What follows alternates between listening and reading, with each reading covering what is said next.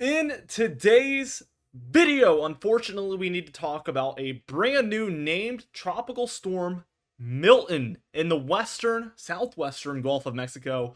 This storm is likely to become a hurricane, very possibly could become a major hurricane, and likely is going to hit the state of Florida that just got hit by a major hurricane, and very similar areas could be unfortunately impacted.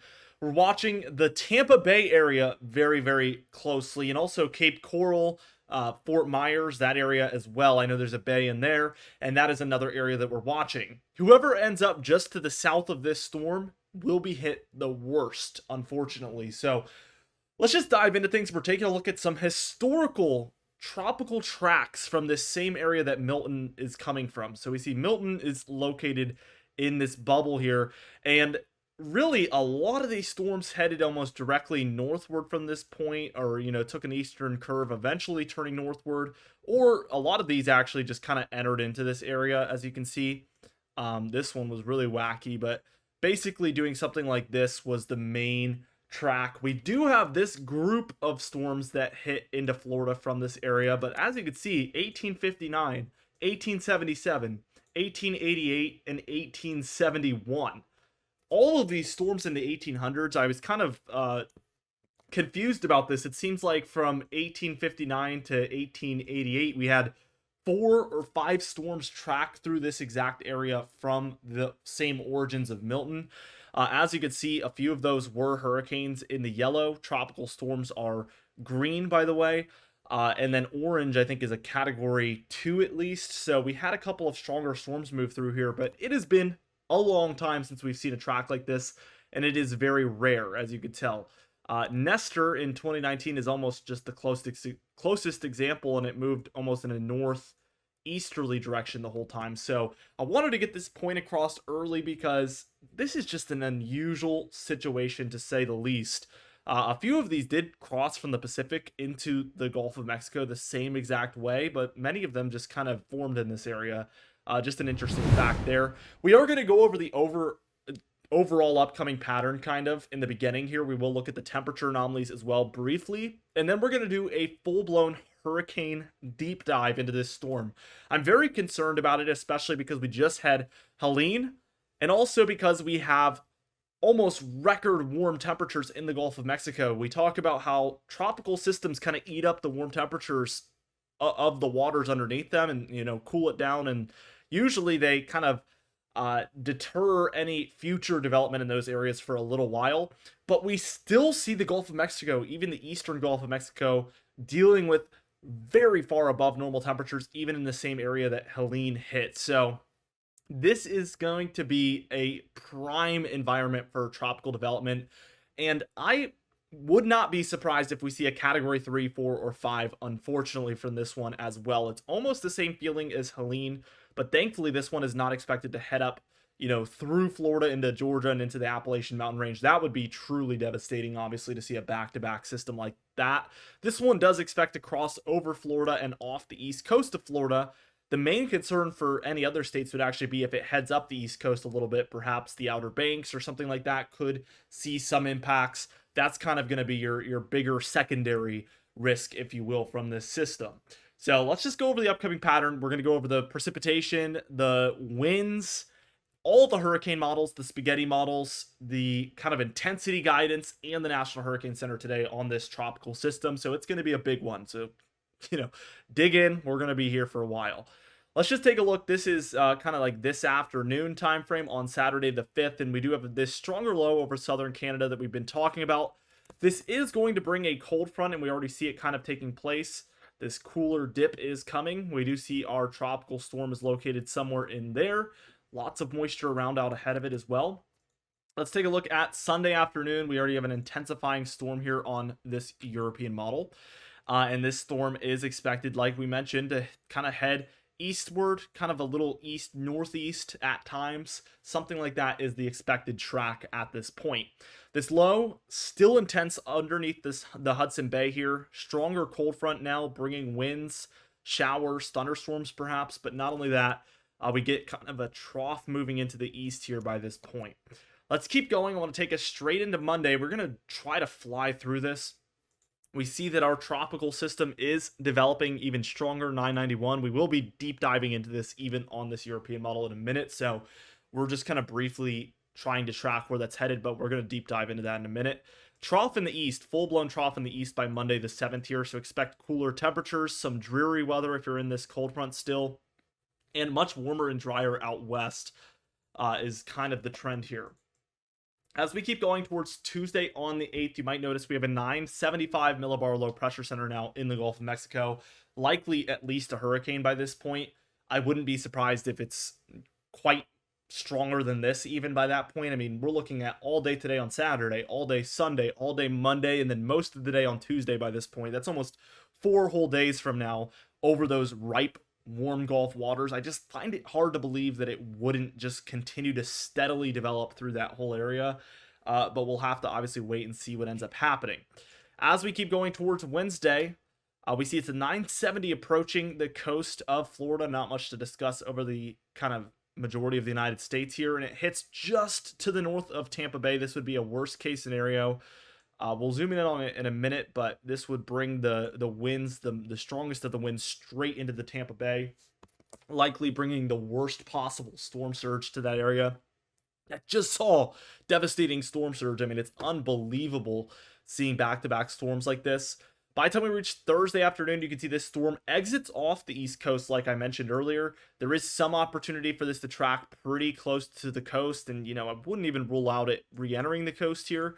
I'd say the most likely outcome, though, is an out-to-sea track from this point, but we'll have to see what this model is currently showing. Let's see by Friday, and it does go out to sea kind of as I mentioned. We really don't see much else happening around the nation that's too interesting. We do get an Arctic blast here for the Northeast and really the East in general. We get a stronger nor'easter off the Northeast as well, and some mountainous snowfall for New England there.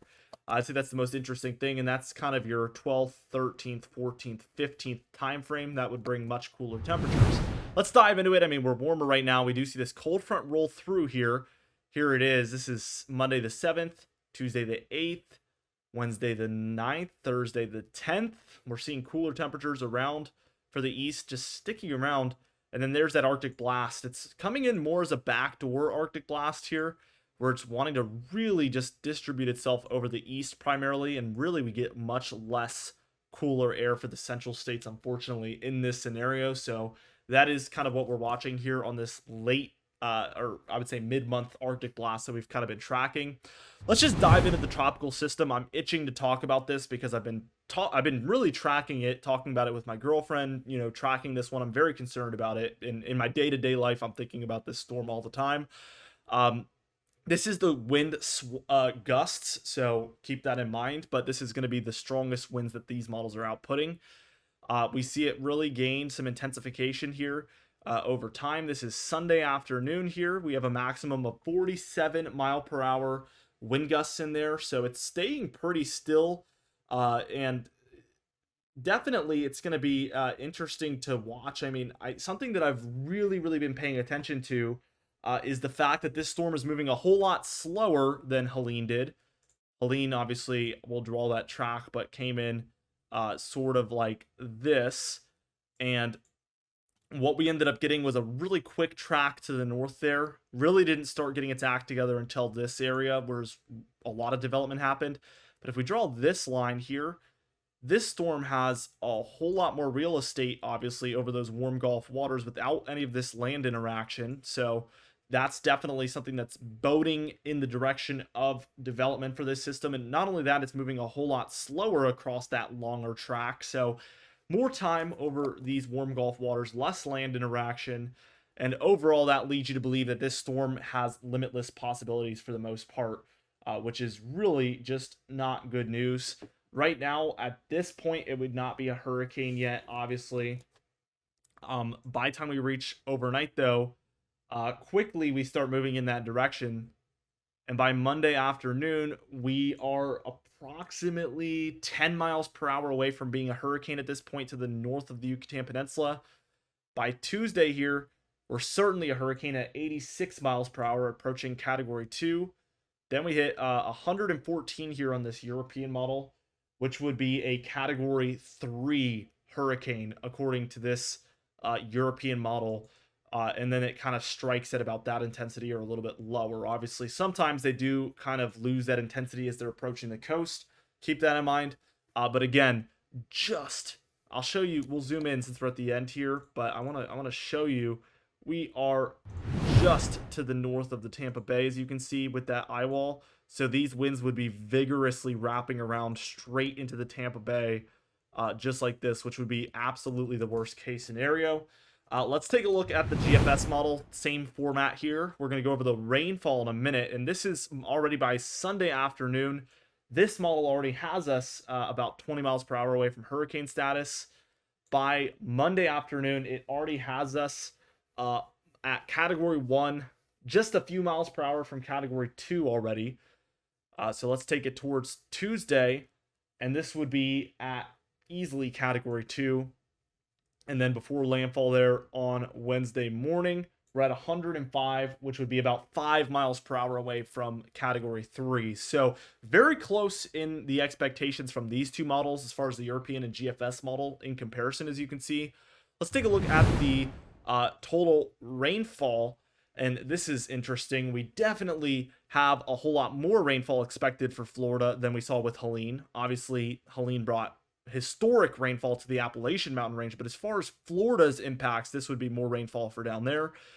The reds are anywhere from 2 to 5 inches. Your browns are 5 to 10.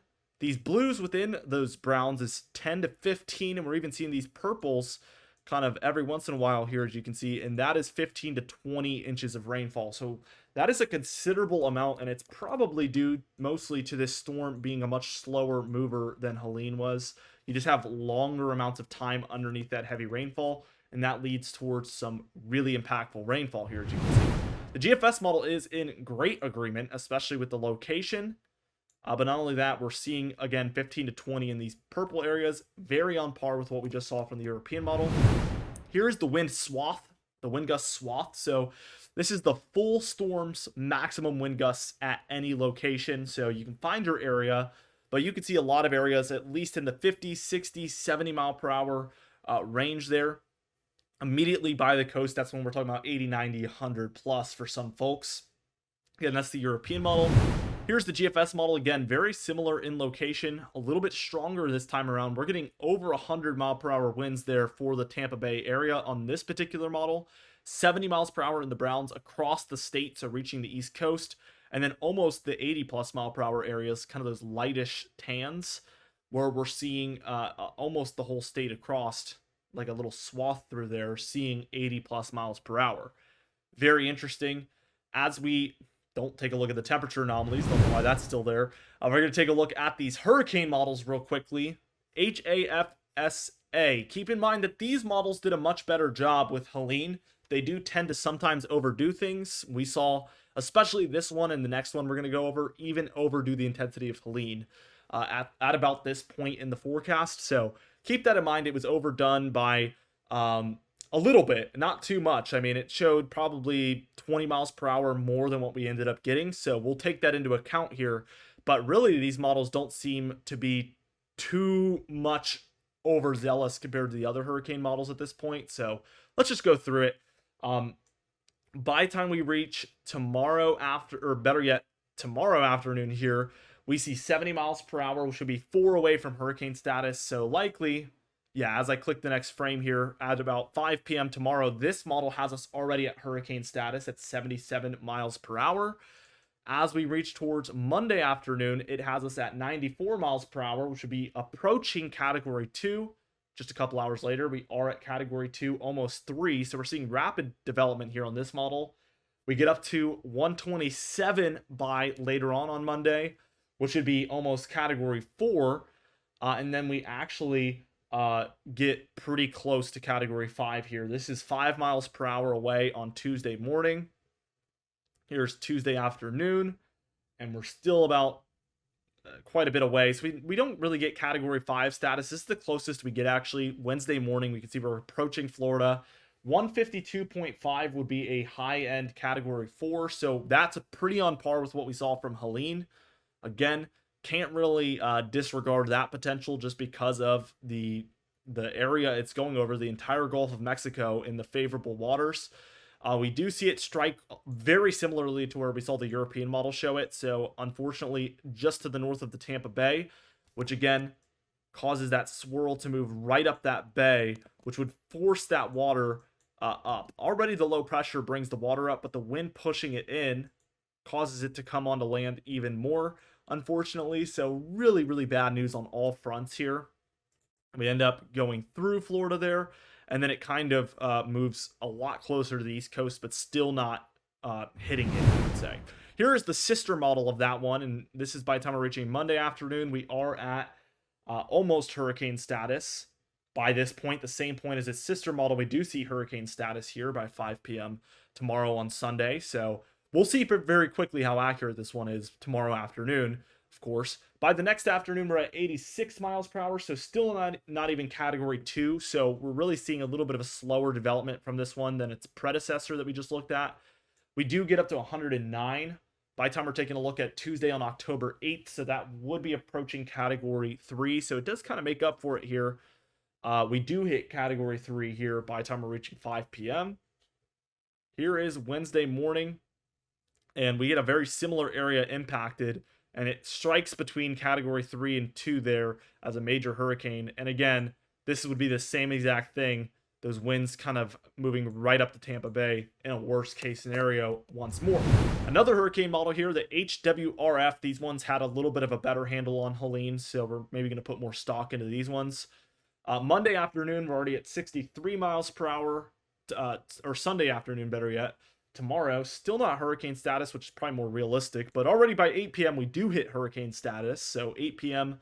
on Sunday, we do hit hurricane status here as a category 1. And by the next afternoon, we're at 98 miles per hour, which is a category 2. And a few hours later, Tuesday morning, we're already at category 3, approaching category 4. Let's see. I'm keeping track of these winds and where we're at. Tuesday evening, this would be 8 p.m. We do hit category 4 status here with this one. You're picking up the trend. All these models kind of showing similar intensification. And then this one is not at category 5. This one is just below it at a strong category 4 as it strikes this one directly into the Tampa Bay, which maybe would be not as bad as it hitting just to the north of it, actually, believe it or not. But going through 2 eye walls would be devastating for this heavily populated area, obviously. We do probably get a lot of storm surge for the Fort Myers area and the Cape Coral area. That's going to get worse and worse the more south this storm looks, so keep that in mind. Tampa's worst case scenario is a landfall anywhere in here. Fort Myers would be a worst case anywhere below that, so keep that in mind. If it obviously hits below Fort Myers, that'd probably be a best case scenario for these 2 heavily populated areas, but then the Florida Keys are in a very bad situation. So really, somebody's losing either way.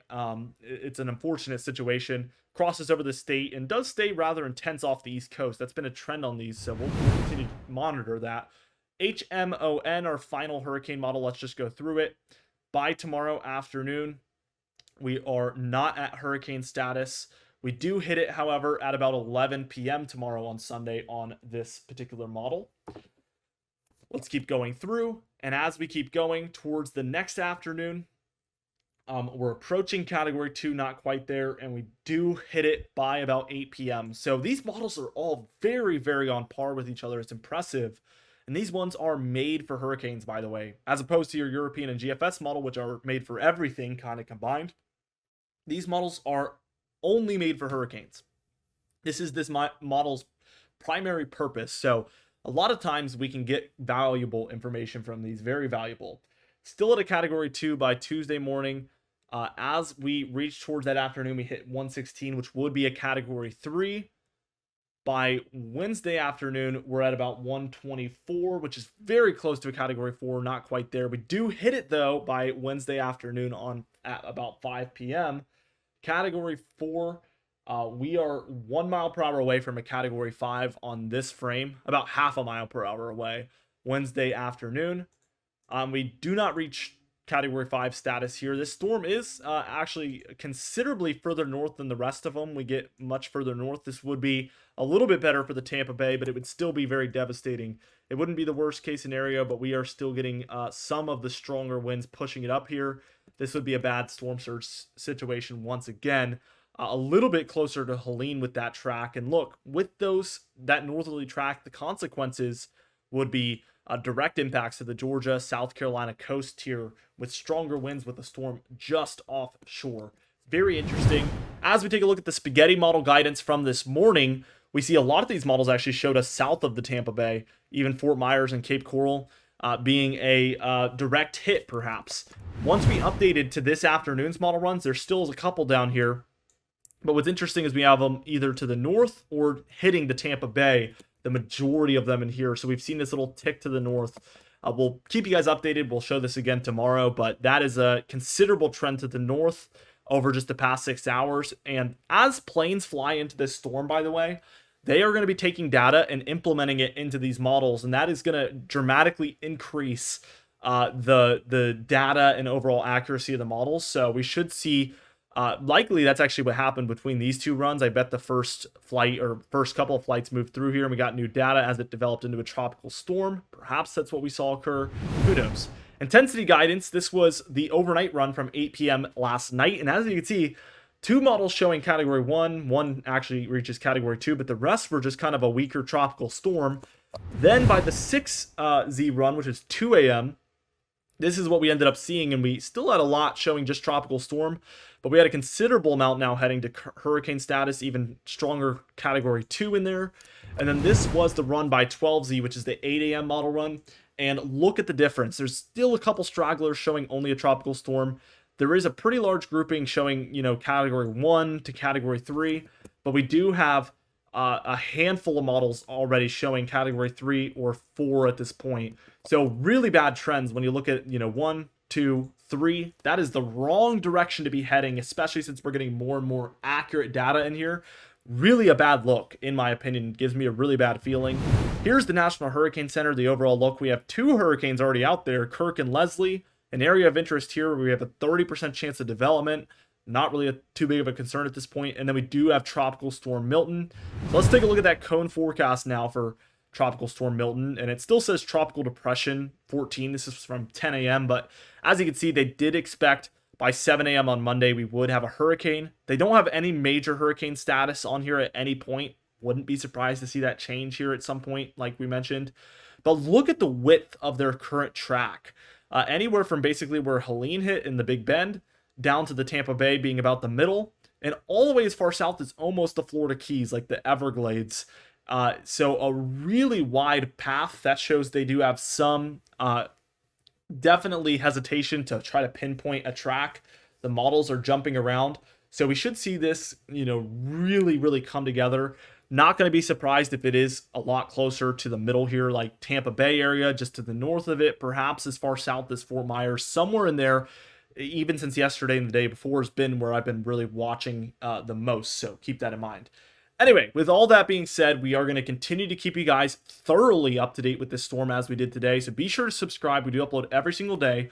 You can even hit the bell icon for daily notifications when we upload so you never miss one. Be sure to like the video if you did enjoy it. Leave a comment down below and I'll see you guys in the next video.